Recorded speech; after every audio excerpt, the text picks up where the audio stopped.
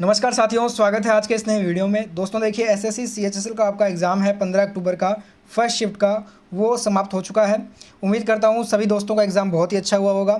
देखिए 15 अक्टूबर के हमारे पास 20 जीके जीएस करंट अफेयर के 100% सही क्वेश्चन हमें मिले हैं, जिनके आंसर मैं आपको बताऊंगा इस वीडियो में। तो फटाफट से वीडियो को लाइक और शेयर कर दो। और आगे आपका सेकंड शिफ्ट और थर्ड शिफ्ट का एग्जाम होगा, तो उसका एनालिसिस भी सबसे पहले आपको इसी चैनल पर मिलेगा, इसलिए फटाफट से चैनल को सब्सक्राइब करने के बाद नोटिफिकेशन बेल को ऑन कर लीजिएगा। तो चलिए फटाफट से वीडियो शुरू करते हैं। तो देखिए फ्रेंड्स, आज फर्स्ट शिफ्ट में एक क्वेश्चन आपसे पूछा गया था कि 1925 में भारतीय राष्ट्रीय कांग्रेस के अधिवेशन की जो अध्यक्षता है वो किसके द्वारा की गई थी। देखिए, भारतीय राष्ट्रीय कांग्रेस के अधिवेशन से हर शिफ्ट में एक क्वेश्चन आ रहा है। कल भी आया था, अभी तक 3 दिन एग्जाम हो चुके हैं, तीनों ही दिन ये क्वेश्चन आया था। और आज जो हमारा 15 तारीख को एग्ज़ाम हुआ है फर्स्ट शिफ्ट का, उसमें भी ऐसा एक क्वेश्चन पूछा गया है। तो जिनका भी एग्ज़ाम बाद में है, आप सभी जो भारतीय राष्ट्रीय कांग्रेस के जितने भी अधिवेशन हुए थे उनको रट कर जरूर जाना, क्योंकि एक क्वेश्चन पक्का आएगा आपके पेपर में भी। तो बात करें यहाँ पे 1925 में भारतीय राष्ट्रीय कांग्रेस के अधिवेशन के अध्यक्ष की, तो ये जो अध्यक्षता है ये की गई थी सरोजनी नायडू के द्वारा। ठीक है फ्रेंड्स, तो इसका आंसर आपको सरोजनी नायडू करना था। और अगर अपने बात करें कांग्रेस की पहली महिला अध्यक्ष की, तो ये थी एनी बेसेंट। ये भी पता होना चाहिए, क्वेश्चन आ सकता है। एक क्वेश्चन आपसे पूछा गया था कि गांधी जी के द्वारा CF यानी कि चार्ल्स एफ एंड्रूज को कौन सी उपाधि प्रदान की गई थी। देखिए, महात्मा गांधी जी ने जो चार्ल्स एफ एंड्रूज है इनको जो उपाधि प्रदान की थी वो थी, देखिए दोस्तों, भारतीय स्वतंत्रता आंदोलन में एंड्रूज के योगदान को देखते हुए सेंट स्टीफन कॉलेज के उनके छात्रों और गांधी जी ने उन्हें दीन बंधु गरीबों का मित्र की उपाधि दी थी। दीन बंधु की उपाधि दी थी, ये आपका करेक्ट आंसर था इस क्वेश्चन का। ठीक है फ्रेंड्स, उपाधि दी थी। एंड्रूज की कलकत्ता के लिए एक यात्रा के दौरान 5 अप्रैल 1940 को मृत्यु हो गई थी। इनकी मृत्यु से भी क्वेश्चन आ सकता है। नेक्स्ट आपसे जो एक क्वेश्चन पूछा था वो कंप्यूटर का था। कंप्यूटर के आज हमें 2 क्वेश्चन मिले हैं। एक बाइट में कितने बिट होते हैं, कंप्यूटर का ये क्वेश्चन था।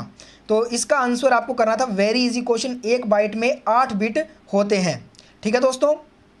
नेक्स्ट आपसे एक क्वेश्चन पूछा गया कि तिब्बत में माल ढोने के लिए किस पशु का सबसे ज़्यादा उपयोग किया जाता है। इसका सिंपल आंसर है याक का।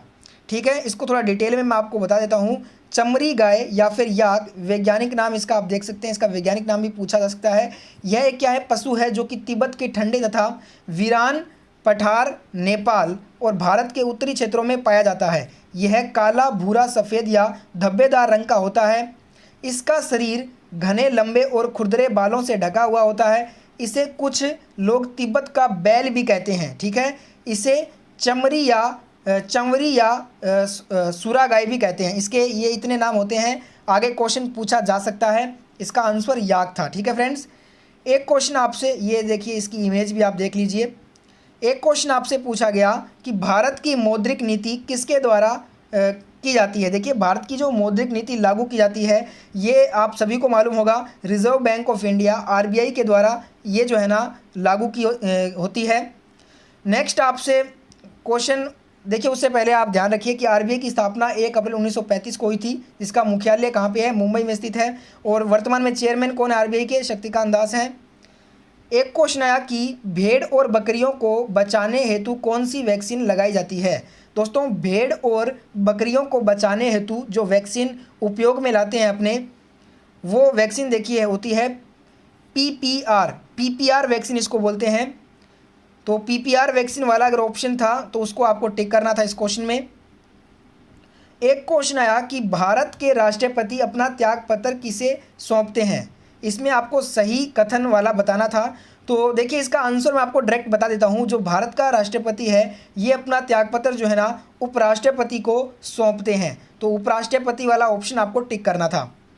एक क्वेश्चन पूछा गया कि 2019 की अंतर्राष्ट्रीय महिला क्रिकेटर ऑफ द ईयर किसे चुना गया है। अब यहाँ पे 2020 का पूछा है या फिर 2019 का, वो कन्फर्म नहीं है। जिनका एग्ज़ाम था वो हमें बता देना कि कौन से सन का पूछा गया। वैसे इसका आंसर एक ही है, मैं आपको बता दूँ। अगर 2019 में ये दिसंबर में घोषणा की गई थी और इन्हें जनवरी 2020 में जो है ना ICC की तरफ से अंतर्राष्ट्रीय महिला क्रिकेटर ऑफ द ईयर चुना गया था, तो ये थी एलिस पेरी। ठीक है, एलिस पेरी इसका करेक्ट आंसर होगा। एक क्वेश्चन आया कि जनवरी 2020 में झारखंड विधानसभा के स्पीकर के रूप में किसे चुना गया था। तो जनवरी 2020 में झारखंड विधानसभा के स्पीकर के रूप में चुना गया रविंद्रनाथ महतो को। और फ्रेंड्स मैं आपको बता दूं, आज के जो फर्स्ट शिफ्ट में क्वेश्चन आए हैं वो करंट अफेयर के सबसे ज़्यादा क्वेश्चन हैं और लगभग करंट अफेयर जनवरी फरवरी का ही पूछा गया, 2020 से जनवरी का। एक क्वेश्चन आया कि स्पोर्ट्स से, जनवरी 2020 में जारी ओडीआई रैंकिंग में पुरुषों की कौन सी टीम पहले स्थान पर थी। कल आपसे पूछा गया था जनवरी 2020 में जारी T20 रैंकिंग में पुरुषों के स्थान पर जो टीम थी वो कौन से स्थान पर थी।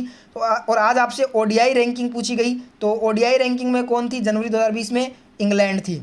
ठीक है दोस्तों। एक क्वेश्चन आया कि जनवरी 2020 में जारी वुमेन टेनिस रैंकिंग में नंबर 1 महिला खिलाड़ी कौन थी। स्पोर्ट्स के जनवरी 2020 से 3 क्वेश्चन पूछे गए थे आज, तो इसमें जो हमारा करेक्ट आंसर था वो था सिमोना हालेप। ठीक है, तो रोमेनिया की है ये।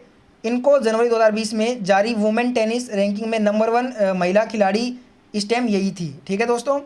एक क्वेश्चन आया था 20 जनवरी 2016 को जीएसटी में जो संशोधन हुआ वह कौन से नंबर का संशोधन था। देखिए ये क्वेश्चन पूछा गया था आज, 20 जनवरी 2016 को जीएसटी में जो संशोधन किया गया था वो कौन से नंबर का संशोधन था। तो वो था आपका 101 नंबर का संशोधन। ठीक है फ्रेंड्स।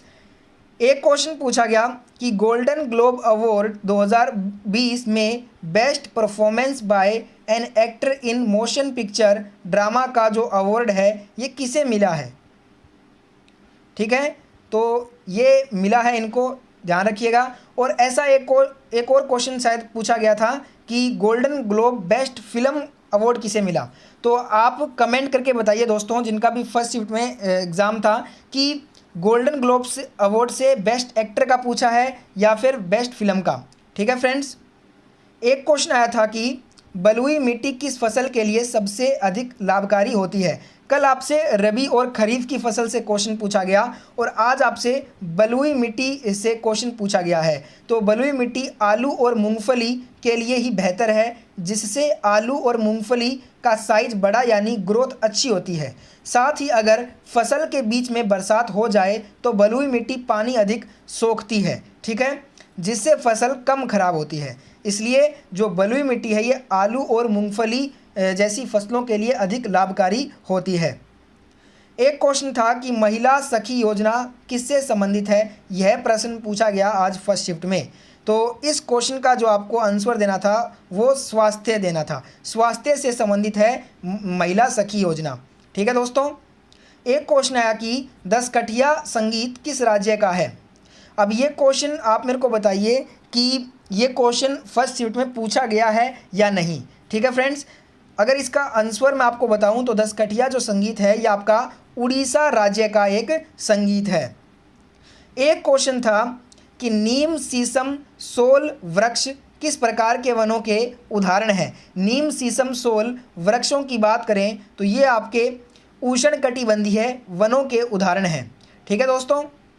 एक क्वेश्चन था सीपीयू और मेमोरी से संबंधित एक प्रश्न पूछा गया था। हमारे पास कंप्लीट क्वेश्चन ये नहीं मिला है, इसलिए इसका आंसर मैं आपको नहीं दे सकता। अगर जिसको भी इसका कंप्लीट क्वेश्चन मालूम है तो कमेंट जरूर करना। एक क्वेश्चन आया कि सुप्रीम कोर्ट के जज की सेवानिवृत्ति की आयु क्या है। इस क्वेश्चन की 100% गारंटी नहीं है मेरे पास कि ये क्वेश्चन आज पूछा गया या नहीं पूछा गया, क्योंकि ये क्वेश्चन भी हमें मिला है कमेंट के रूप में कि ये क्वेश्चन आया था फर्स्ट शिफ्ट में। तो जिनका एग्जाम फर्स्ट शिफ्ट में हो चुका है, अगर आप इस वीडियो को देख रहे हो तो इस क्वेश्चन के बारे में बताइए कि ये क्वेश्चन पूछा गया या नहीं। उसका आंसर 65 वर्ष होगा अगर ये क्वेश्चन आया है तो दोस्तों ये थे आपके आज के जीके जीएस करंट अफेयर के क्वेश्चन। जितने हमें मिले हैं मैंने आपको बता दिए हैं। लगभग जो मैंने 95% ये क्वेश्चन आपको बताए हैं ना वो आज के एग्जाम में पूछे गए हैं। 5% क्वेश्चन में मेरे को डाउट है, तो जिनका एग्जाम था वो बता देना अगर कोई क्वेश्चन नहीं आया है फिर मैंने आपको करवाया है तो। और फ्रेंड्स वीडियो लाइक और शेयर करना ना भूलें। इसके बाद सेकंड शिफ्ट है और शाम को मैं आपके लिए ऑल शिफ्ट का भी एनालिसिस लेके आऊँगा। दोस्तों अब अपने बात करेंगे अनअकैडमी ऐप की। देखिए अनअकैडमी ने जो है एक लीग लॉन्च की है एसएससी चैंपियंस लीग, जिसमें आप इनरोल कर सकते हैं वीकली टेस्ट, बहुत सारे टेस्ट एसएससी के सभी एग्ज़ाम के लिए। और इसमें आपके पास एक मौका है बड़े बड़े प्राइजेज़ और स्कॉलरशिप जीतने का। इसका ग्रुप स्टेज 1 जो है ये 23 अक्टूबर को होगा, ग्रुप स्टेज 2 24 अक्टूबर को और इसका ग्रैंड फिनाले 1 नवंबर को होगा। आपको अगर ये Unacademy SSC champions league enrol करना है तो इस वीडियो के डिस्क्रिप्शन में आपको लिंक दे दिया है, जाके आप इनरोल कर सकते हो। एग्जाम पैटर्न में देखिए ग्रुप स्टेज 1-2 जो है ना, ये आपके नंबर ऑफ 50-50 क्वेश्चन के होंगे, जिसमें आपको टाइम 30 मिनट का मिलेगा, जिसमें रीजनिंग, जनरल अवेयरनेस, क्वांट और इंग्लिश सब्जेक्ट से क्वेश्चन आएंगे। नेगेटिव मार्किंग सभी में होगी और देखिए ऑब्जेक्टिव टाइप ही एक आपका टेस्ट होने वाला है। फिनाले की बात करें तो फिनाले में आपके नंबर ऑफ क्वेश्चन 100 होंगे, जिसमें आपको 60 मिनट का टाइम दिया जाएगा। रीजनिंग, जनरल अवेयरनेस, क्वांट और इंग्लिश चारों ही सब्जेक्ट का ये आपका टेस्ट होगा। ठीक है फ्रेंड्स, तो इसमें बहुत सारे प्राइजेस आप जीत सकते हो, जैसे कि जो स्टेज 1 में रैंक 1 लाएगा उसको 5000 और जो फिनाले में रैंक 1 लाएगा उसको 10,000 मिलेगा। ठीक है फ्रेंड्स, तो मैं एक बार कहूँगा, आपको रिकमेंड करूँगा कि डिस्क्रिप्शन में दिए गए लिंक पे क्लिक करके आप ये फ्री में इनरोल ज़रूर करना। ये सारा जो आपका अनअकैडमी एसएससी चैंपियंस लीग है ये बिल्कुल फ्री है, तो एक बार ट्राई ज़रूर कीजिए अगर आप एसएससी की एग्ज़ाम की तैयारी कर रहे हैं तो। धन्यवाद दोस्तों, मैं मिलता हूँ जल्दी आपसे सेकंड शिफ्ट के साथ।